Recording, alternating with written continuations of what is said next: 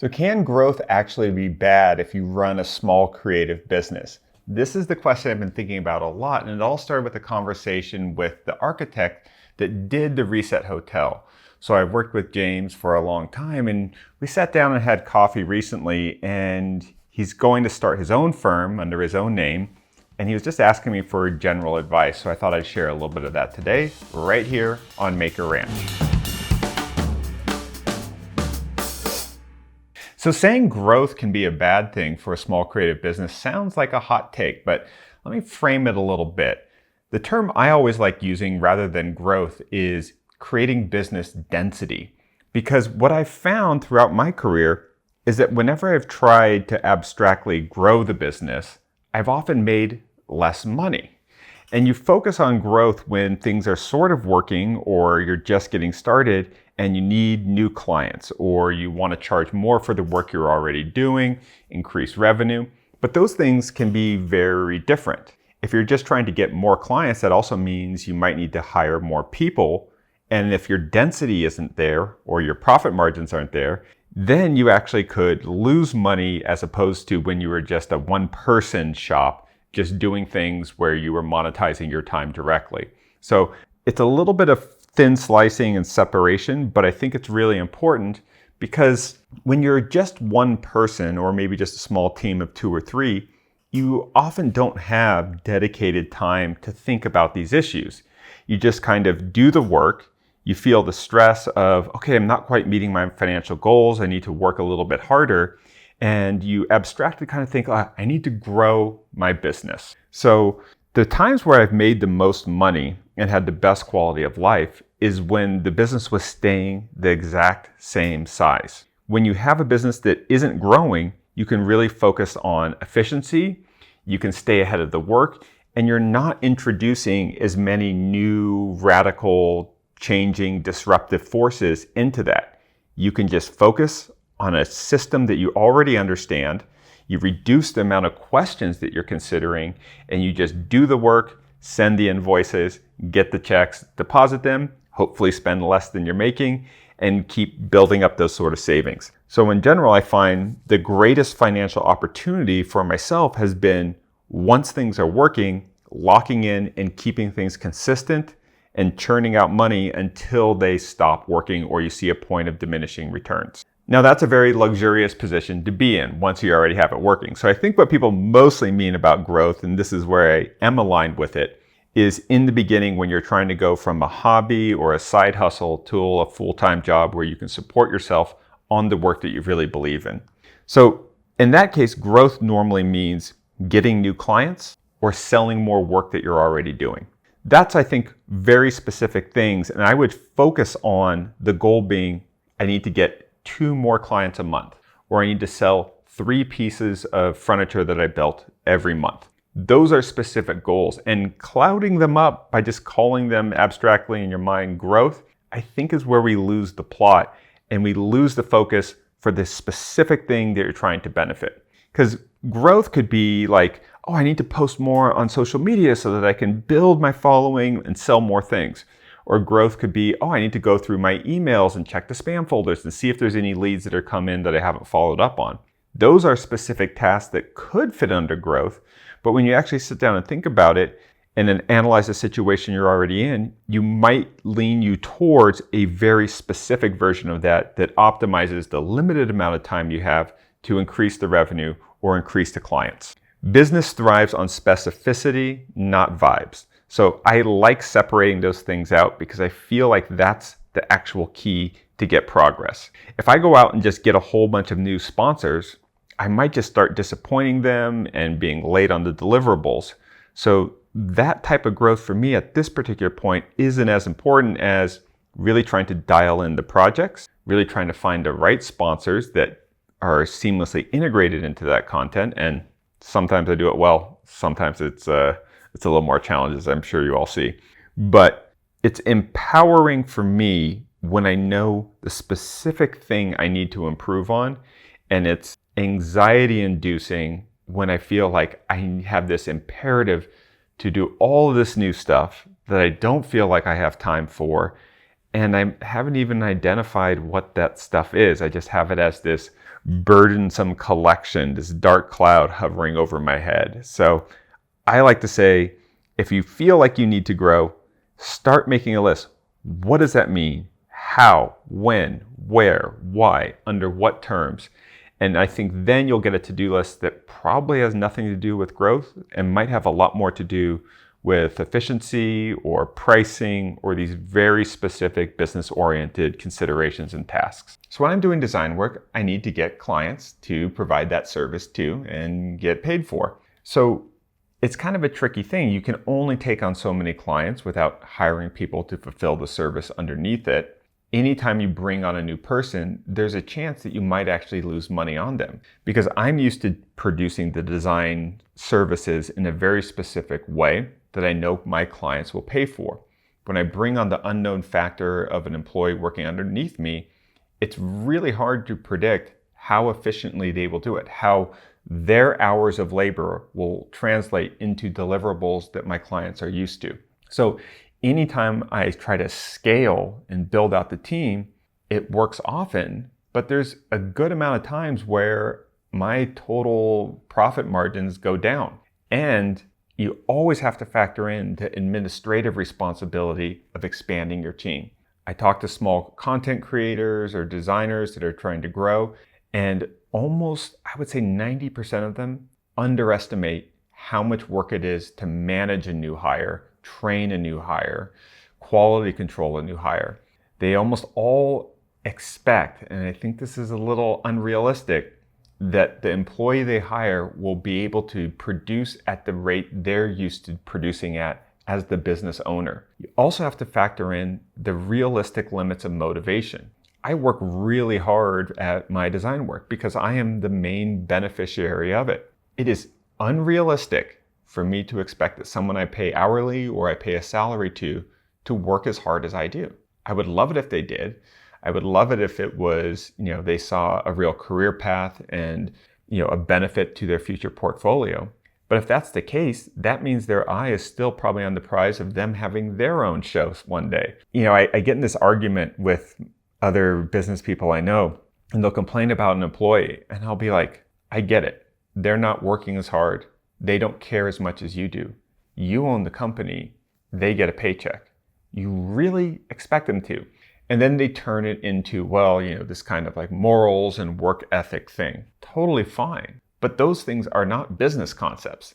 That's implying almost like a cultural morality or ethics into a professional situation that's a lot more transactional. So my first big tip when you're thinking about growth is get really specific.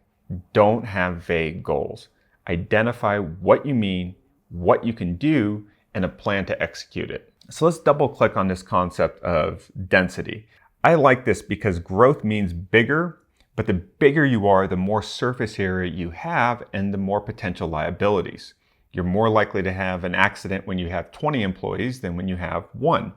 You're more likely to have things like theft or breakage or people call out randomly because they're sick and stuff like that. The bigger that surface area and the bigger your team is. I really like to focus on density first. And that involves sort of looking not just on how do I get new clients, new commissions, new sales.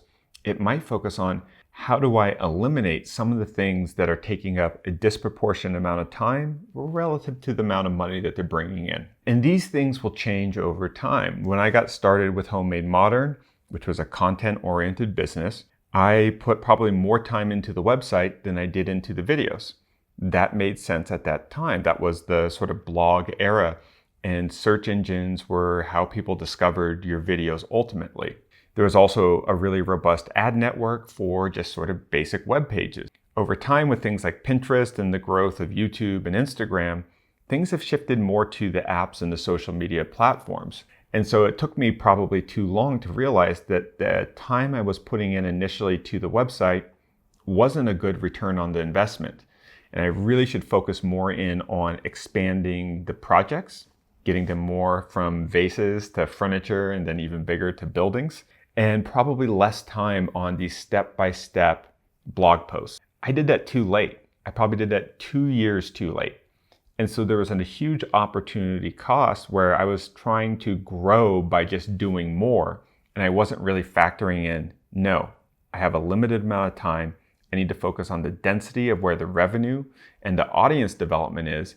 And that was specifically around video. And so it's tough. I always hear from people that be like, oh, I really used to like going to the website and I really like downloading the plans. And if I was unspecific about my goals, I would have just kept doing everything and spreading myself thinner and thinner and probably wouldn't have escalated to deeper and bigger projects, which ultimately gave me the most future opportunity. And this highlights another problem with the word growth. There's a lot of trade-offs. When you get bigger too fast, you get stretch marks. When you get bigger too fast, you get aches and pains, or you lose flexibility. So my time best spent to avoid being static is to really look at what's not working, what is working, and considering trade-offs, assuming that there's always going to be some opportunity cost for whatever changes I make. And the more realistic I can be about that, the better chance I have at giving up something to get a lot more of something else. And so I try not to use the word growth in my thinking. I try to think of, how do I use the resources I have, the same amount of time, eliminate some things to create room for other things. It can't just always be, and do this, and do this, and live stream, and do a podcast, and do this, and be on every social media platform, and work out your fulfillment and your sales, and create a better invoicing strategy. You have to pick, especially when you're a small team. Another specific example where growth has actually hurt me is there's been times where I built up the team to a few more people. And that means we were doing more projects. They were posting videos on my channels.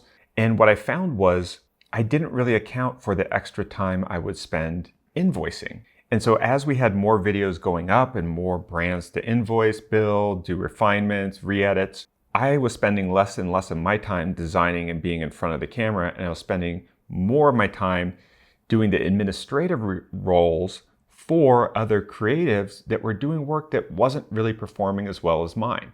What I should have really done is identify where I was spending my time in the first place and hire someone to do the admin work, or hire someone to do tool maintenance, or hire someone to reorganize the shop. Those would have been the smart allocation of additional resources, not hiring more people to do the creative stuff. Unless, of course, they're way better at me at the creative stuff, but that's kind of hard when this is sort of built around my specific and unusual skill set. So you can get more profitable a lot of ways. You can do it by firing your worst clients and then talking to your best clients and seeing if they have more work for you to do. You can do it by sending more emails to get more leads. You can do it by checking your inbox more often. You can do it by making social media content. Some of those ways are a little bit more direct, some of them are indirect, but focusing in on what your next step should be, and then also realizing it might not work. It's just another thing to test, monitor, and then implement aggressively once you see some initial promise in it.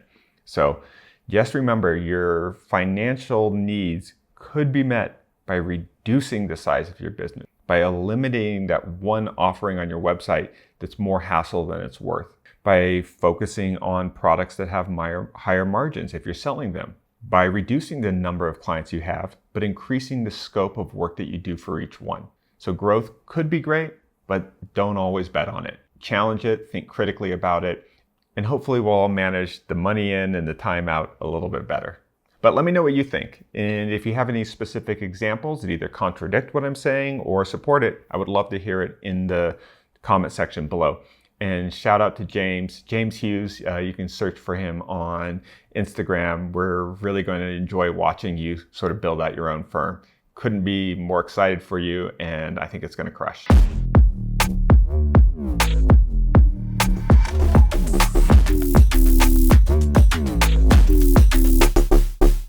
All right, Shane, overrated, underrated. What do we got? Let's hit it. Thrifting.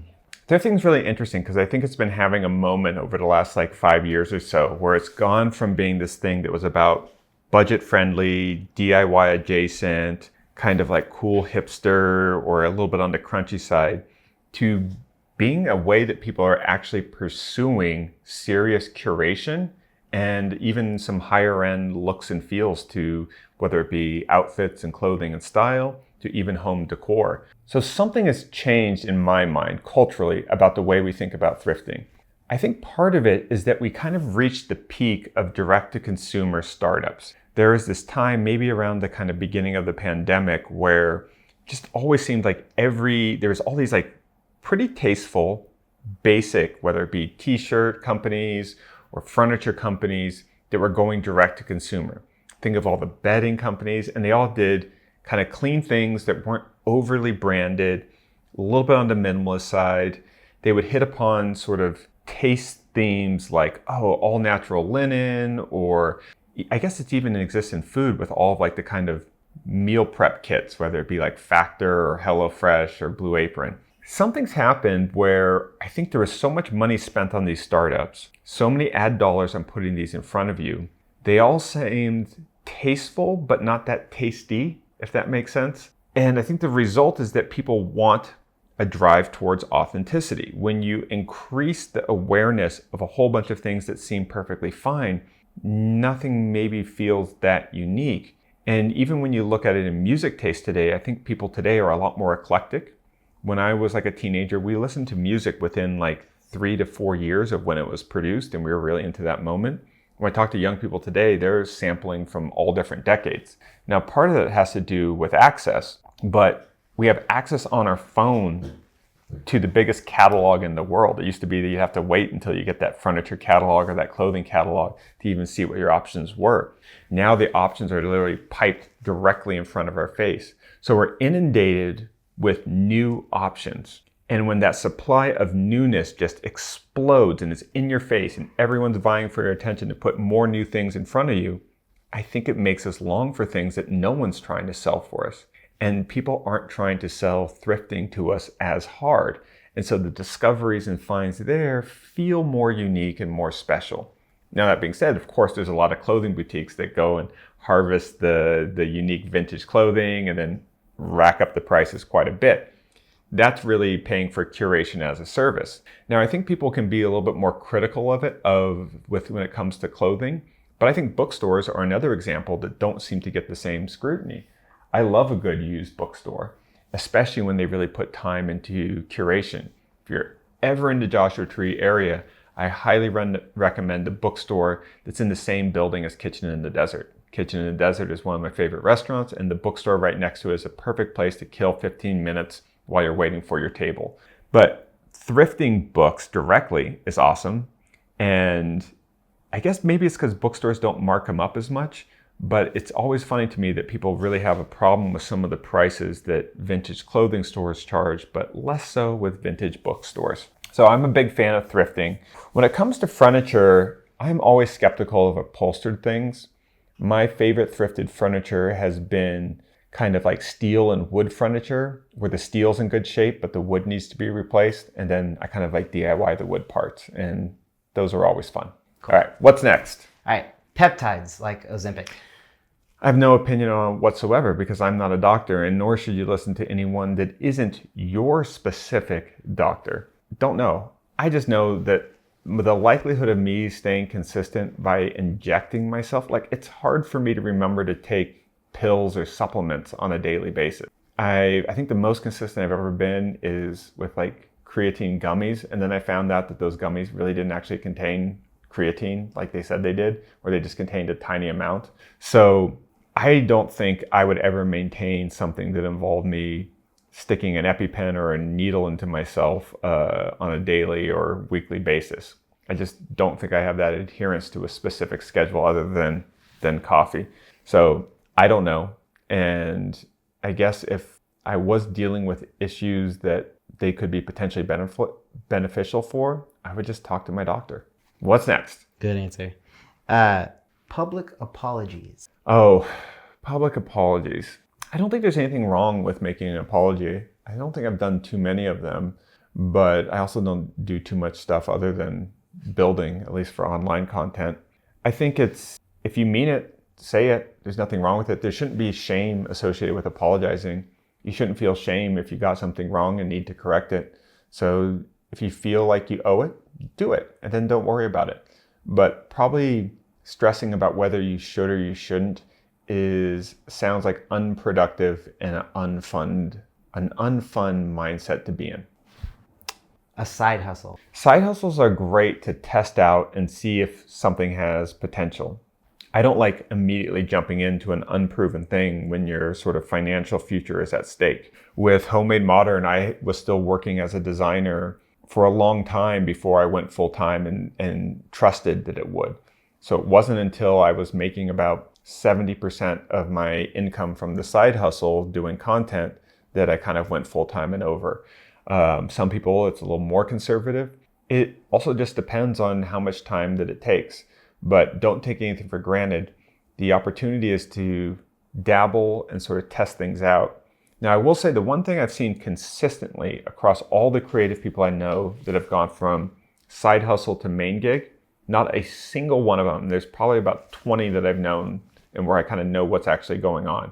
Not a single one of them has been as efficient and as productive as they thought they were. Because in many cases, they were giving up a 40-hour-a-week job and they were doing their side hustle for 20 hours. It's probably like the most common scenario. And they think they're going to get an extra 40 hours of productivity, and so now they think their business is going to immediately triple because they have 3 times the time input. I've never seen that happen. Now, over time, it can grow up way bigger than what their previous sort of, combination of incomes and salaries were. It takes a long time because what happens with the side hustle is that you're doing the best parts and the most efficient parts because you only have 20 hours a week. That 20-hour-a-week limitation is actually making you curate your time expenditure really tightly and really efficiently. And when you suddenly get an influx of another 40 hours, you start doing things that don't move the needle as much. So think about it. Be careful when you make this decision, but don't assume that you're going to get this massive influx of productivity. Sanding above 220. Sanding above 220 is interesting. It really depends on the material. For 90% of the woodworking I do, I don't do that. The exceptions would be if I'm working on like a burl or like a really knotty, hard piece and I want to go with a glossy finish. I might go a little bit higher. Certainly wouldn't do that with any of the softwoods. 220 seems to be perfectly fine.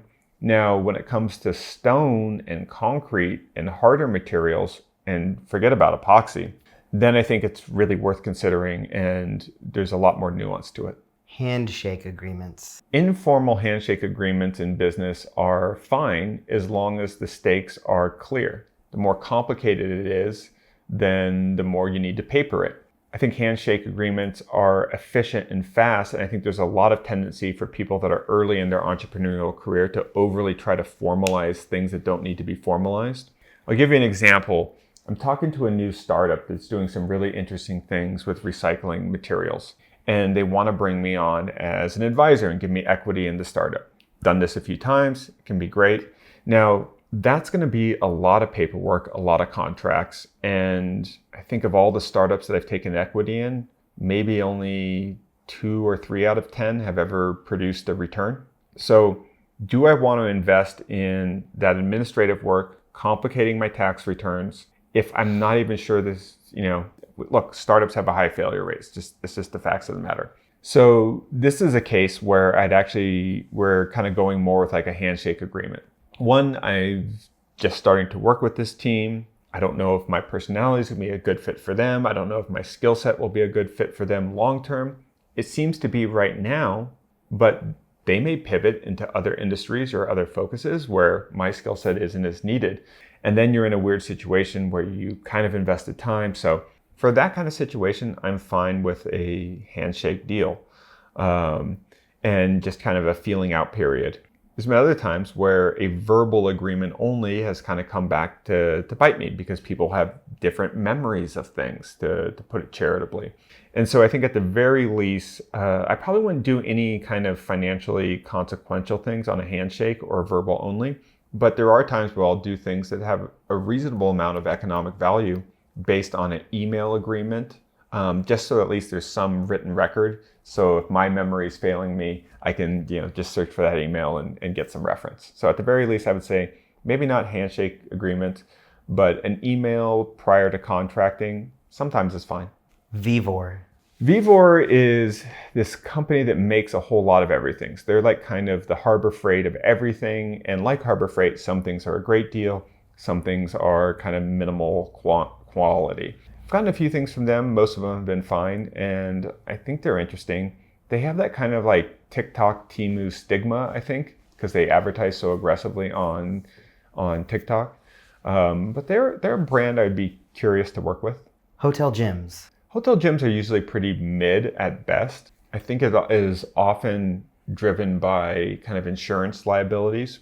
They don't have someone often attending them and monitoring them. So I think that limits things like free weights. Some of them are decent, but I always think what's striking to me is that you look at how much aesthetic attention to detail goes into co-working spaces, lobby bars, lounges, and it's rare that you see the consistent aesthetic ethic applied to fitness. The 3M VersaFlow respirator. So this is the device that I wear as my space helmet, and it gets so many questions about it. It's great. It's expensive. It's, probably out of reach. It's probably one of the more expensive tools that I have, and it doesn't even make anything. It just protects me from all the rock dust. I love it. I think it was a great investment. It's held up well over probably like the 5 or 6 years that I've had it, and it looks cool. I wish more people made these things because I think you would see the price come down. There's no reason this should be that expensive. The filters take a lot of engineering and testing to get those through the kind of OSHA certifications and all the validation that you need to do. But the plastic helmet and the fan unit and the battery, man, that should be like a third of the cost. So it's great, but it's super expensive. And I wish we had like a way to make safety more affordable. Group chats. I'm not a big group chat person. And if I am in a group chat, I have the notifications have to be silenced. They can be really fun when you're planning a trip and stuff like that, but I always think you should get consent before you add someone to a group chat. Okay, last one. Unpaid internships. Unpaid internships have been a problem in the design field for a long time. And it's not necessarily a problem for the individual taking them. I know so many people who have benefited individually from an unpaid internship, whether it be for an architecture firm, from a fabricator, from a furniture designer, because it is undoubtable that if you get locked in with a real expert or a firm that's excellent, you can learn so much by being on the job. So from an individual standpoint, there can be so much benefit to an unpaid internship. The problem is what it does to the field at large. And so this is where you get kind of people arguing for the collective versus the individual opportunity. And this will be a universal debate for a long period of time. Unpaid internships really benefit people that come from money. I saw this when I was about to graduate from architecture school. I went to college with a lot of rich kids. They could afford to work for a very high-end, super cool, famous architect and not get paid because their parents owned apartments in New York and they could stay there for free, or they could have their kind of living subsidized. And they got really far, really fast in many cases by simply having capital. Now, that's not that different than starting a business. Having a family that can put money into your startup also really puts you ahead of the game. But it is an advantage in that sort of short term. It's not necessarily so much in the long term because we all adapt to what we have to do. We all adapt to what's essential. Most of the most successful people I know didn't have those luxuries. And so that taught them a work ethic and a mindset to rely on themselves and probably push themselves too hard. So I don't think it guarantees you that you're going to get farther, but it is a very specific advantage for that period if you can afford it. The question is, does the unpaid internship also hold people back? And I think it can too. It may get you ahead in the short term because you learn specific on-the-job training and skill sets that are super valuable. You also have proximity to power and fame, and that can rub off on you. I think we're seeing it a lot in the film industry.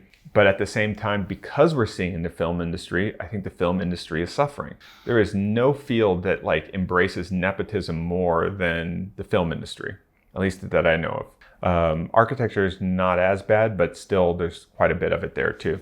But what are we seeing? The overall profitability of movies has gotten worse and worse. And then all of a sudden you see these YouTubers come in that don't have those luxuries and they're doing really, really well. I think some of these YouTube videos were almost doing as much as the money as The Mandalorian. So these things have a way of being unfair for a long period of time, but not forever. And then there's a rebalancing, and then there's new unfairnesses, and there will always be unfairnesses. There will never, ever, ever, ever be a creative field that's entirely fair. There just won't. It won't exist. Stop worrying about it. You will not find it. It will not happen in any of our lifetimes. But that doesn't mean success or growth is impossible. There's still things you can always do. And counting other people's pockets won't help you. It'll get in your way. Worrying about the benefits that other people had is at your own detriment. Unless you're actually in a position to change the system or make those things, complaining about it won't help. If you have a big problem with it, start a union, start a collective, start a group of like-minded people, and at least take action. But the more time you spend individually decrying it, there's no mechanism for change. So if anything, get inspired about your more difficult journey. And if you do feel you absolutely need to do something, well, then you need to coalition build. You need to find people that agree with and build a collective sense of power there. All right, if you got any suggestions for overrated, underrated, hit us up in the comments below. This has been Maker Ranch. I am going to be hosting a workshop at the Reset Hotel August 4th through 9th. Check over to the High Desert Design Week Instagram, link below, and check it out. We'd love to have you there, but I think we're getting close to being full, so better hurry. Bye.